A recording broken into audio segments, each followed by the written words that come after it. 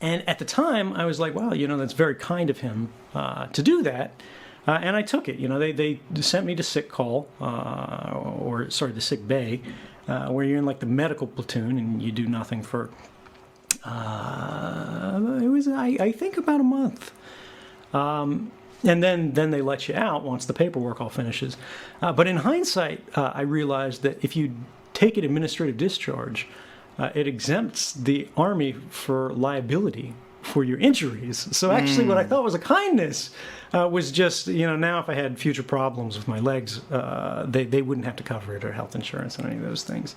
And it was just a funny thing. But anyway, I get out of the Army, and here I'm on crutches for a long time and just sort of trying to figure out, all right, well, what's next in life?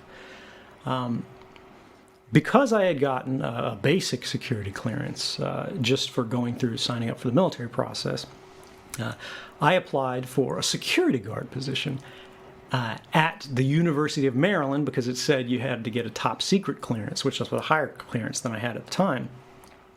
And I went, well, that sounds good, because I knew if I combine my IT skills, which were now suddenly much more relevant again to my future, with the top secret security clearance, because of the way it works, if you have a top secret security clearance and tech skills, you get paid a ridiculous amount of money for doing very little work.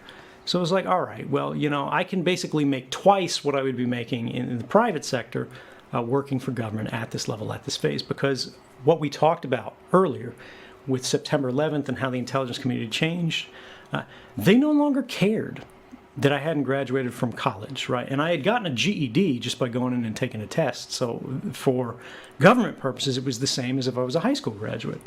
So now suddenly it was like these doors are open.